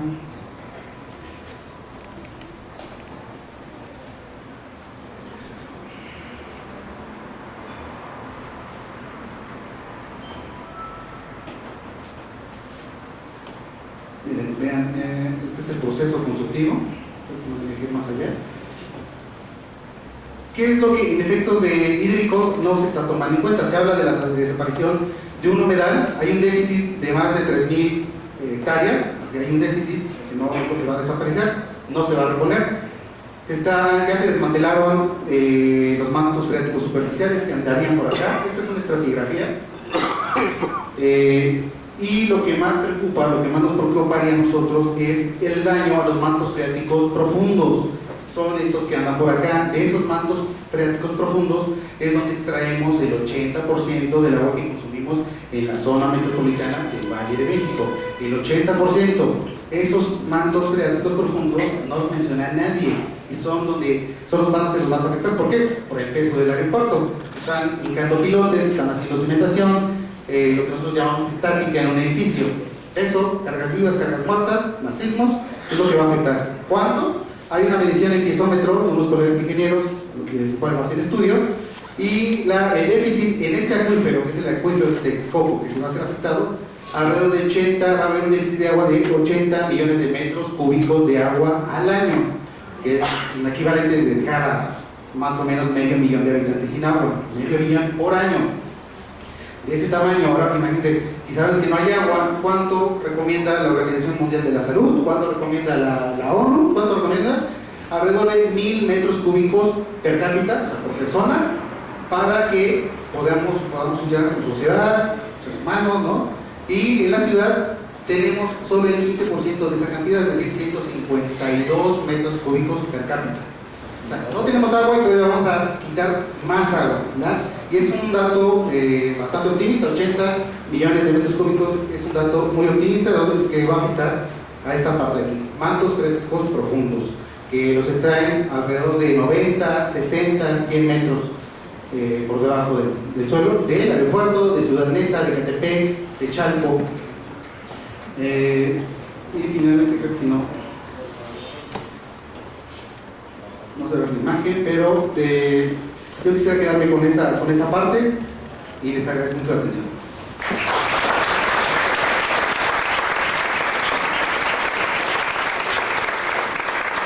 Gracias a Jesús Flores, arquitecto, y termina este panel Julieta Lamberti. Adelante. Muchas gracias. En primer lugar, agradecerle a la gente del Frente de Pueblos por la invitación para participar en este foro. Vengo de la organización Poder. En Poder, bueno, nuestra misión es colaborar, aumentar la transparencia y la rendición de cuentas de las empresas y acompañar a las comunidades y organizaciones de base que se han visto afectadas por violaciones de derechos humanos por las empresas. Ahora les voy a compartir algunas reflexiones que hemos hecho a partir de una investigación que estamos haciendo para acompañar y para darle herramientas a la gente del Frente de Pueblos en Defensa de la Tierra y para saber justamente quiénes son los que se quieren beneficiar con la obra del nuevo aeropuerto en detrimento o provocando la desposesión de la tierra y del territorio de las personas que viven en los alrededores de este megaproyecto.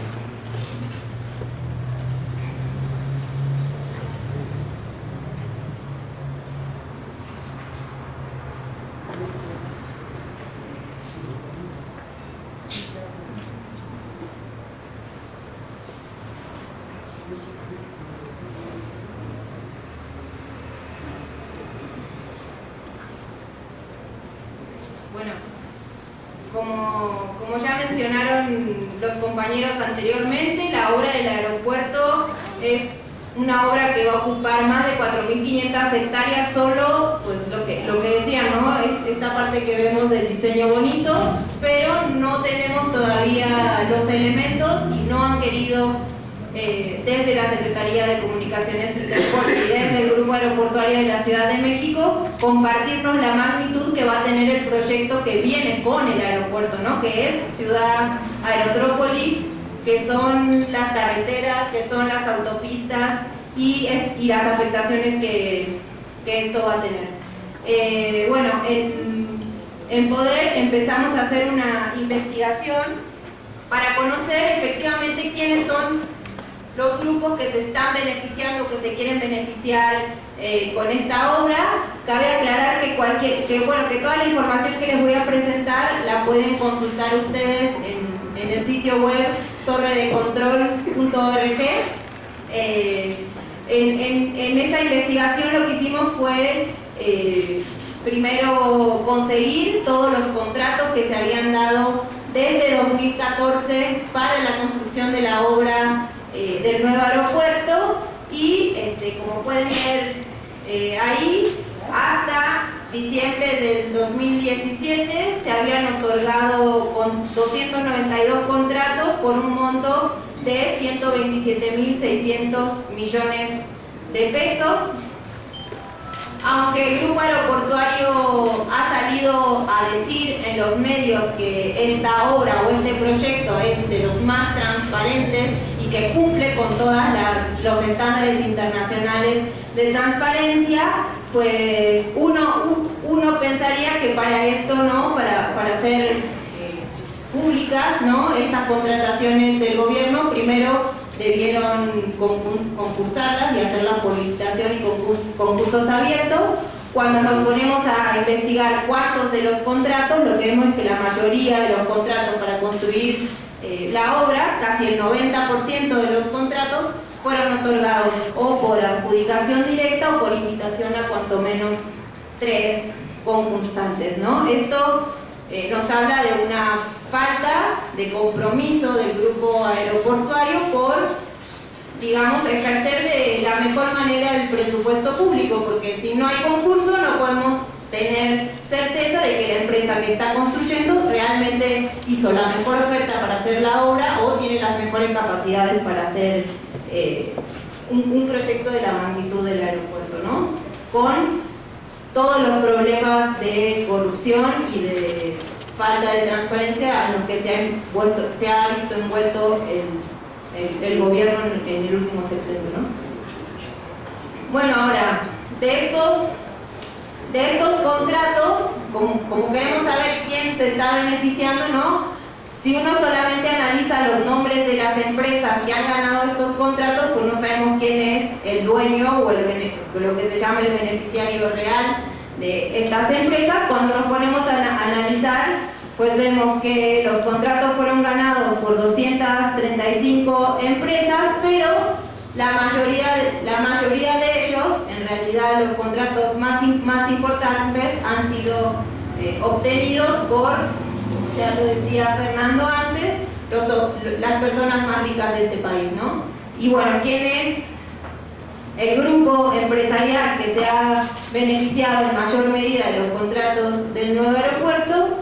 El grupo del hombre más rico de México, Carlos Slim. Carlos Slim ha sido ganador de más de 10 contratos para construir el nuevo aeropuerto. Muchas de ellas las obras principales para construir esta obra, ¿no? El edificio terminal, sin olvidar que uno de los socios que diseñaron el diseño es su yerno. La pista número 3, además, tiene contrato para todas las telecomunicaciones de la obra del nuevo aeropuerto. Y no solo eso, sino que además de construir o de participar en la construcción de la obra, también está participando en el financiamiento de la misma. Por su empresa Inbursa, ha otorgado un préstamo de más de $3.000 millones para la construcción del nuevo aeropuerto. También hemos encontrado mucha opacidad y problemas con el tema de conocer cómo se está manejando el financiamiento del nuevo aeropuerto, ¿no? No quiero ahondar mucho porque no me va a dar el tiempo, pero hay 3 fideicomisos que están sosteniendo el manejo de los fondos para la obra. Solo podemos conocer lo que tiene que ver con el presupuesto público o el dinero que por vía presupuesto público se está invirtiendo en la obra, que esto es un poco más de la mitad del financiamiento de la obra, pero el 40% restante, como son fideicomisos privados, Nacional Financiera, que es la fiduciaria que está administrando estos fondos, niega la información de quiénes son los demás prestamistas que están financiando la obra. Esto tampoco, también es problemático que alguien que estuvo 11 años trabajando para Nacional Financiera sea la persona que hoy es el director general del Grupo Aeroportuario de la Ciudad de México.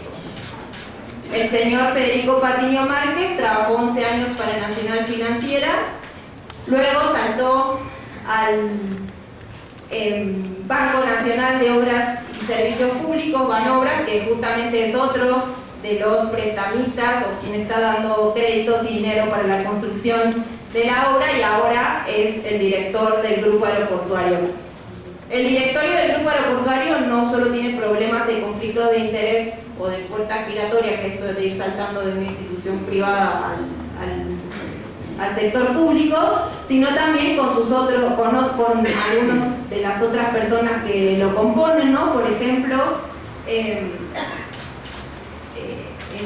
el directorio del Grupo Aeroportuario participa también Salvador Sánchez Estrada, como ahora por su cargo, ¿no?, de subsecretario de Calidad y Regulación de la Secretaría de Turismo. Este señor fue asesor de Duarte y jefe de la oficina del programa de gobierno de Veracruz. No voy a hablar de lo que ha pasado con el gobierno de Duarte en Veracruz, pero esta persona estuvo trabajando para él. Además de, otro participante en el consejo directivo del Grupo Aeroportuario es Alejandro Medina Mora Nieto, el hijo del ministro de la Corte Suprema de Justicia.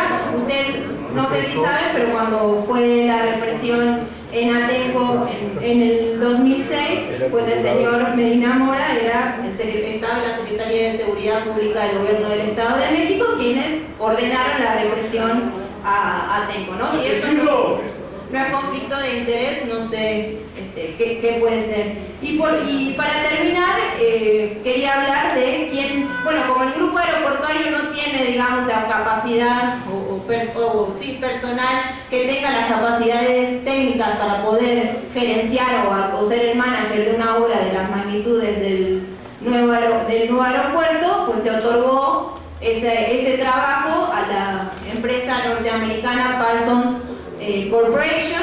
Esta empresa,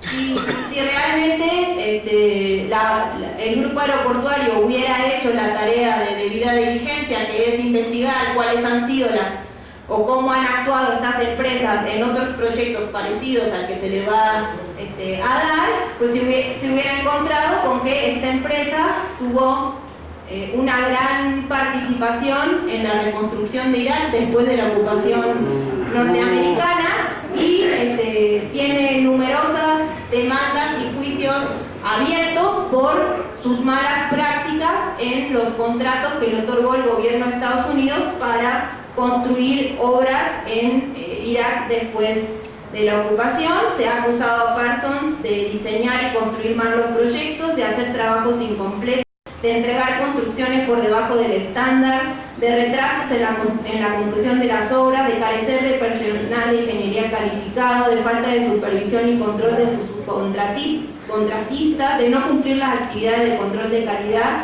y de importantes deficiencias administrativas y técnicas, además de encontrar que funcionarios de Parsons han participado en muchas de las reuniones cerradas del gobierno norteamericano previas a otorgar estos contratos, ¿no? O sea, ha tenido influencia en que se decidiera que a esta empresa se le dieran estos contratos.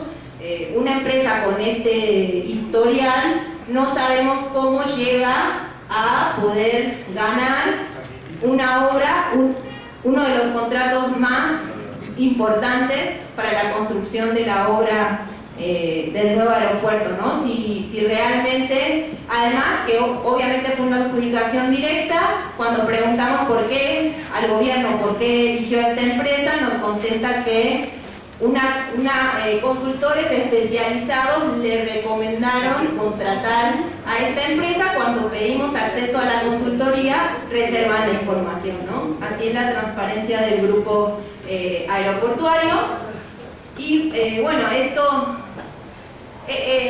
estas formas en que sí, los privados, los empresarios, las personas que tienen los recursos, que son las personas más ricas de este país, están influenciando la toma de decisiones públicas, es lo que nosotros denominamos captura corporativa del Estado. Y el ejemplo, digamos, un ejemplo claro de captura corporativa del Estado fue cuando uno de los candidatos presidenciales decide que va a por lo menos poner en pausa si llega a ganar la obra del aeropuerto. No sale Patiño Márquez a defender la obra del nuevo aeropuerto, no sale Ruiz Esparza, sino que sale Carlos Slim, ¿no? Es el empresario más rico de este país defendiendo una obra pública, la obra pública más importante de este sexenio. Eso obviamente es captura corporativa del Estado. Entonces, para concluir, como me tocó la última intervención, ¿no? La pregunta es: ¿el nuevo aeropuerto internacional de la Ciudad de México para quién? Lo que estamos viendo es que para beneficio de los políticos, para beneficio de los empresarios más ricos del país y para quienes viven en los alrededores del proyecto del nuevo aeropuerto, pues despojo del territorio, violaciones de derechos humanos y un ecocidio de tamaño imposible de revertir, ¿no? Muchas gracias por la invitación.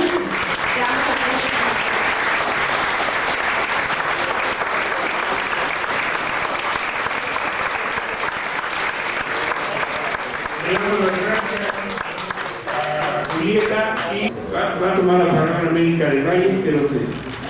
A todo esto hay que agregarle la amplia difusión de todo lo que se dijo en la verdad.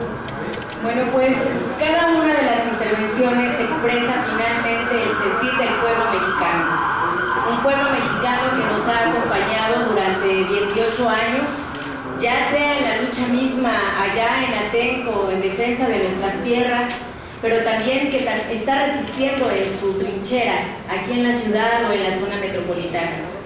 las distintas expresiones que pudimos escuchar son una manifestación son apenas una pequeña manifestación del agravio que nos han cometido a nivel nacional, no durante 18 años, sino durante décadas. Llevamos casi 90 años con un régimen que nos ha pisoteado, que ha impuesto como cultura la corrupción y que muchas veces incluso, me atrevo a decir, que nos ha intentado arrebatar la esperanza de luchar, de decir que tenemos derecho y que existimos. Los pueblos que estamos resistiendo contra el aeropuerto, estamos defendiendo la vida, estamos defendiendo nuestra historia, estamos defendiendo nuestro derecho a existir en esta patria llamada México, que tiene sus propias leyes y que también tiene convenios internacionales. No somos, incluso si fuéramos piedras, pertenecemos a esta patria, pero no somos piedras, podemos hablar, sentimos y pensamos, y tenemos una historia profunda. Gracias a todas las intervenciones, porque son aportaciones que tenemos que hacer realidad. No solo venir a un foro y hablar y exponer nuestras mejores y brillantes ideas que tenemos. Las hay, abundan muchas ideas, abunda la necesidad y el hambre ya de una transformación profunda de nuestro país. Y créanos, compañeros, la transformación solamente va a ser posible con la lucha de los pueblos, de cada uno de nosotros como mexicanos y mexicanas. Los candidatos, juegan un papel sí, pero quienes tendríamos que estar determinando el futuro y el destino de este país es el pueblo trabajador, el pueblo de abajo, los pueblos, los obreros, los estudiantes, los campesinos.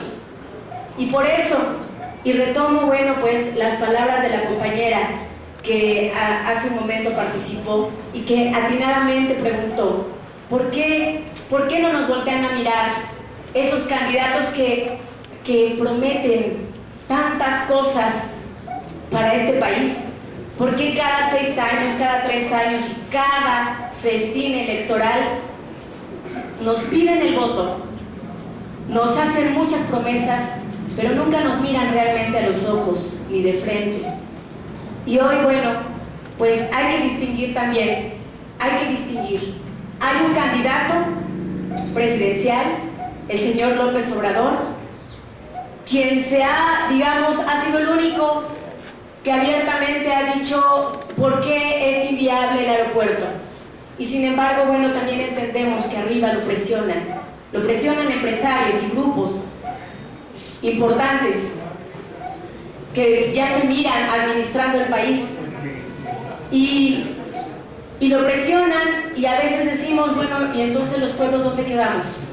Lo presionan y a veces lo escuchamos decir no al aeropuerto, es inviable, y da una serie de argumentos técnicos, y nosotros decimos, ¿y por qué a veces titubea y dice, solamente con dinero privado?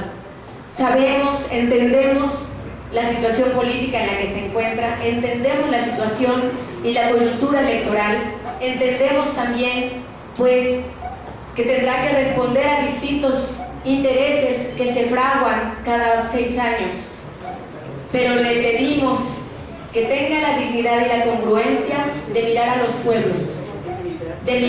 pueblos, que somos los que estamos resistiendo y padeciendo las afectaciones no de apenas lo que se está visibilizando y se está viendo ya a los ojos de todos, que es la devastación de nuestras tierras, de nuestro territorio, de los cerros, del agua.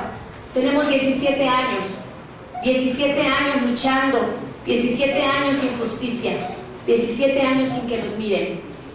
Y aquí seguimos porque amamos esa tierra, porque es nuestra tierra, es nuestra casa, es nuestro hogar, y estamos ejerciendo nuestro derecho humano como mexicanos. Nuestros abuelos las trabajaron, nos las heredaron, y no pensamos entregarlas a los dueños del dinero, ni a los slim de este mundo. No, las amamos, las defendemos, las sembramos. Esas tierras tienen vida, no son mercancía. Y aquí, de manera pública, aprovechando pues la presencia y la digna presencia del señor Javier Jiménez Espriu, pues le hacemos llegar esta carta nuevamente mediante usted al señor Obrador, que en distintos momentos la dimos a conocer en los medios de comunicación, la hemos intentado llevar a todos lados, con personas que pueden ser puentes ante el señor Obrador, y bueno, es la hora en que no hemos recibido efectivamente una respuesta. Le pido a los compañeros de los pueblos que hagan esta entrega al señor Javier Jiménez Espriu, quien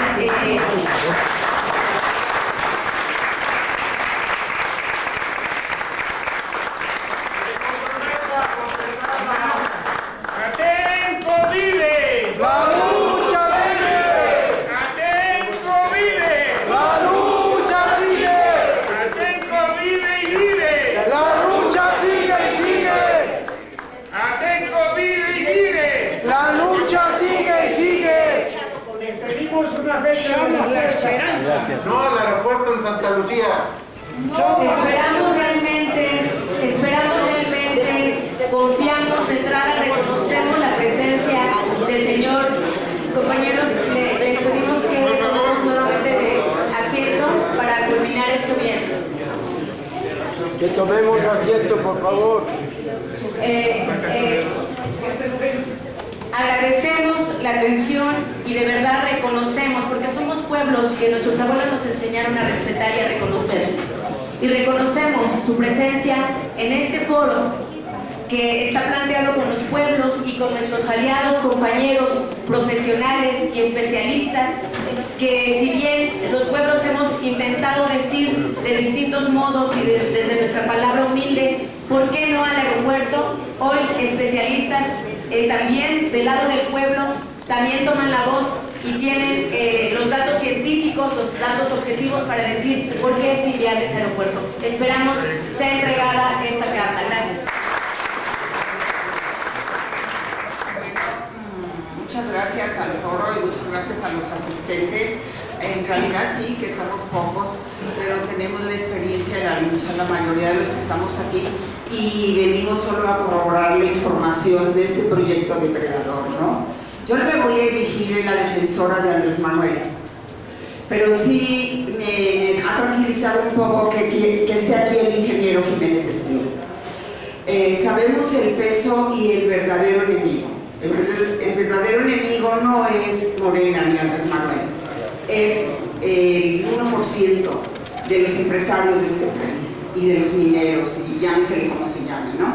Estamos claros que este proyecto es un proyecto depredador, que es contra natura, que es inviable desde el punto de vista cultural, social, incluso económico, si únicamente sacamos lo financiero para las ganancias de estos empresarios que invierten, sea del país o del extranjero.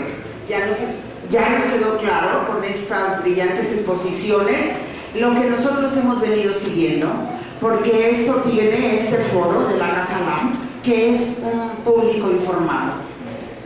Entonces, a mí sí me gustaría escuchar unas palabras del ingeniero Jiménez Espriu y, sobre todo, dejar en claro que la presión es demasiado, ya lo dijo la misma América, y creo que Andrés Manuel no puede ser abierto, pero además, ojalá debiera llegar a él, porque la tendríamos mucho más difícil con Anaya o con Dil. Y sobre todo sabemos que no debemos dejar de trabajar. Quiero citar lo que Lázaro Cárdenas les decía a su pueblo, a los campesinos y a los obreros: presiónenme para poder darles más. El trabajo es nuestro, de la sociedad.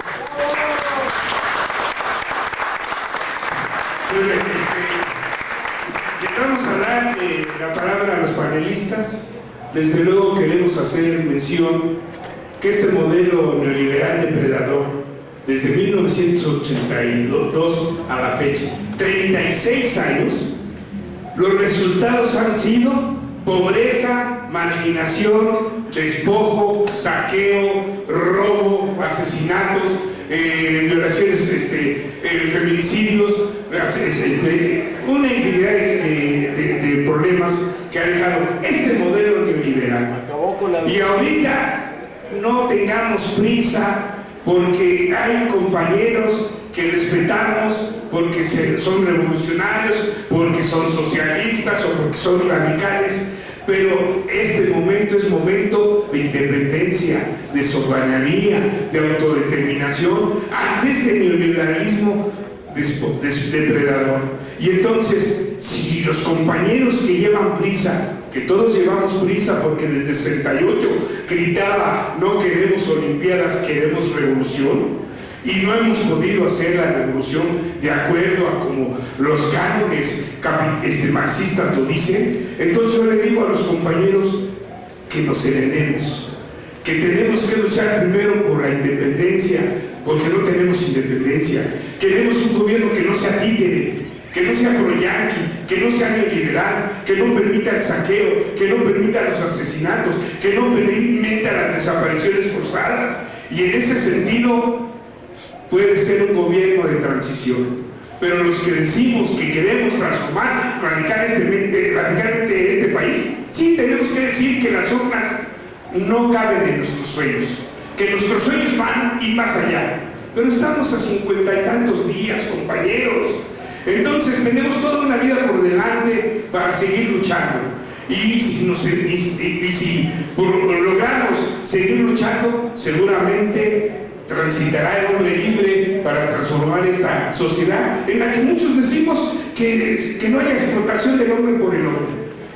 Pero entonces yo les pido tranquilidad y no encono. Siguen siendo nuestros hermanos y siguen siendo nuestros aliados, aun los que dicen que no sirven las elecciones. No sirven las elecciones, pero ante un modelo neoliberal, la kriptonita para el capitalismo es la Constitución, es la democracia, es la libertad. Este gobierno no permite y no puede sostener un solo artículo constitucional porque es totalmente anticonstitucional. Entonces, compañeros, bienvenidos los que quieran hacer esta transformación, pero desgraciadamente llega antes, el 1 de julio de 2018, antes que lleguen los que quieren hacer la revolución, con todo respeto y además con las armas. Y yo siempre he dicho ahorita, si quieren hacer la revolución con las armas y me aseguran que es antes del 1 de julio, yo les cargo las armas,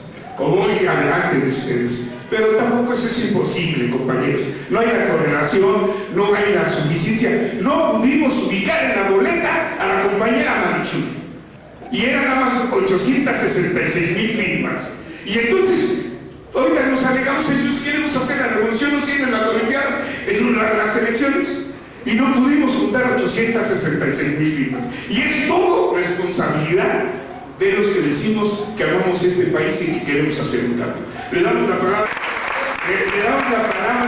nos está pidiendo la palabra, y qué bueno, el ingeniero Javier Jiménez Espriu.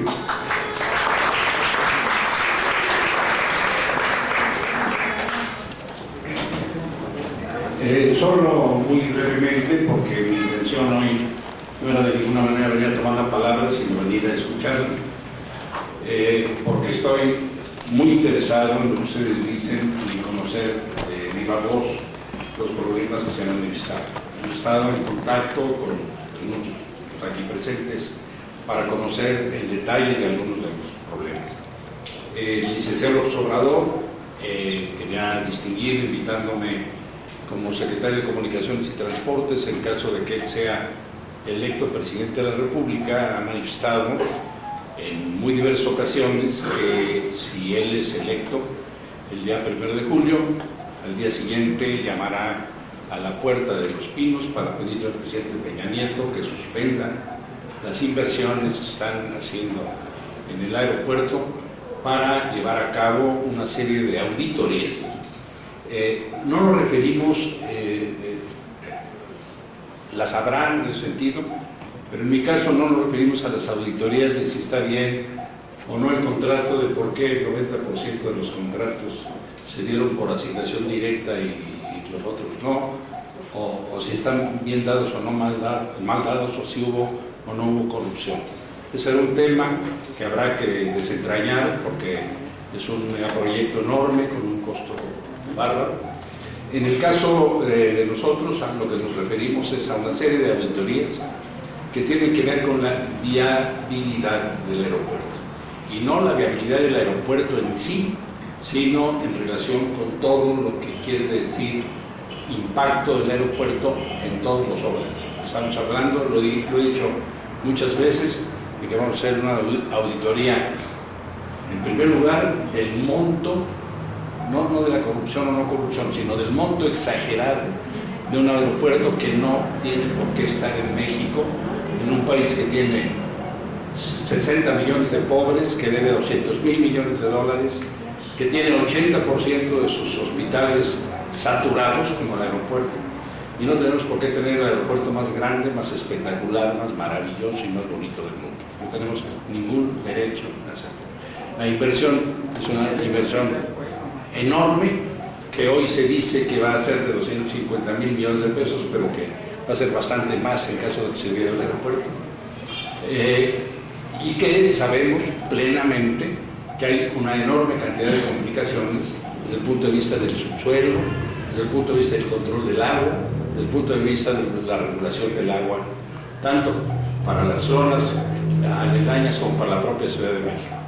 Lo que hemos dicho es que vamos a hacer una auditoría técnica, una auditoría operativa, una auditoría de impacto ambiental, una auditoría de impacto urbano, una auditoría de impacto social en relación a todas las zonas aledañas y que se refieren a lo que aquí ustedes han dicho. Eso lo haremos abiertamente, de cara al pueblo y consultando a todas las partes que deban consultarse.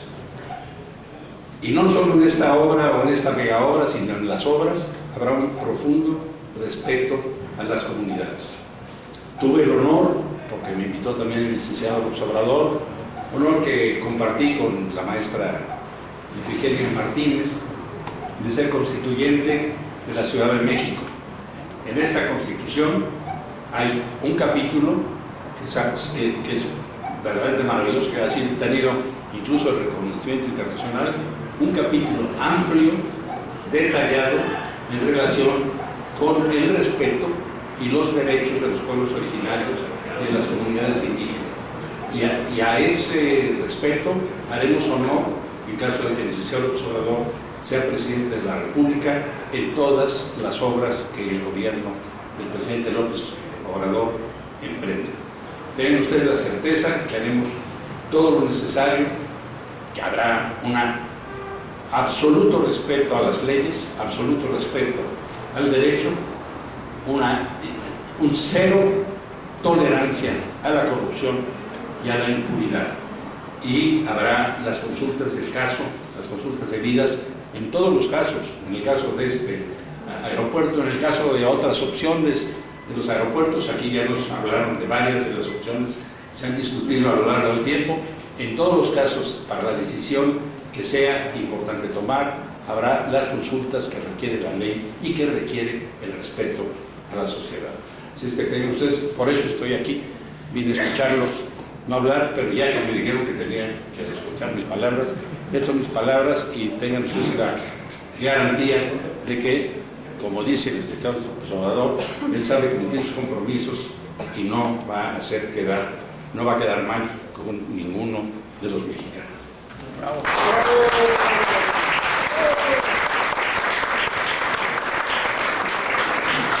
Bueno, les damos las gracias a todos y todas.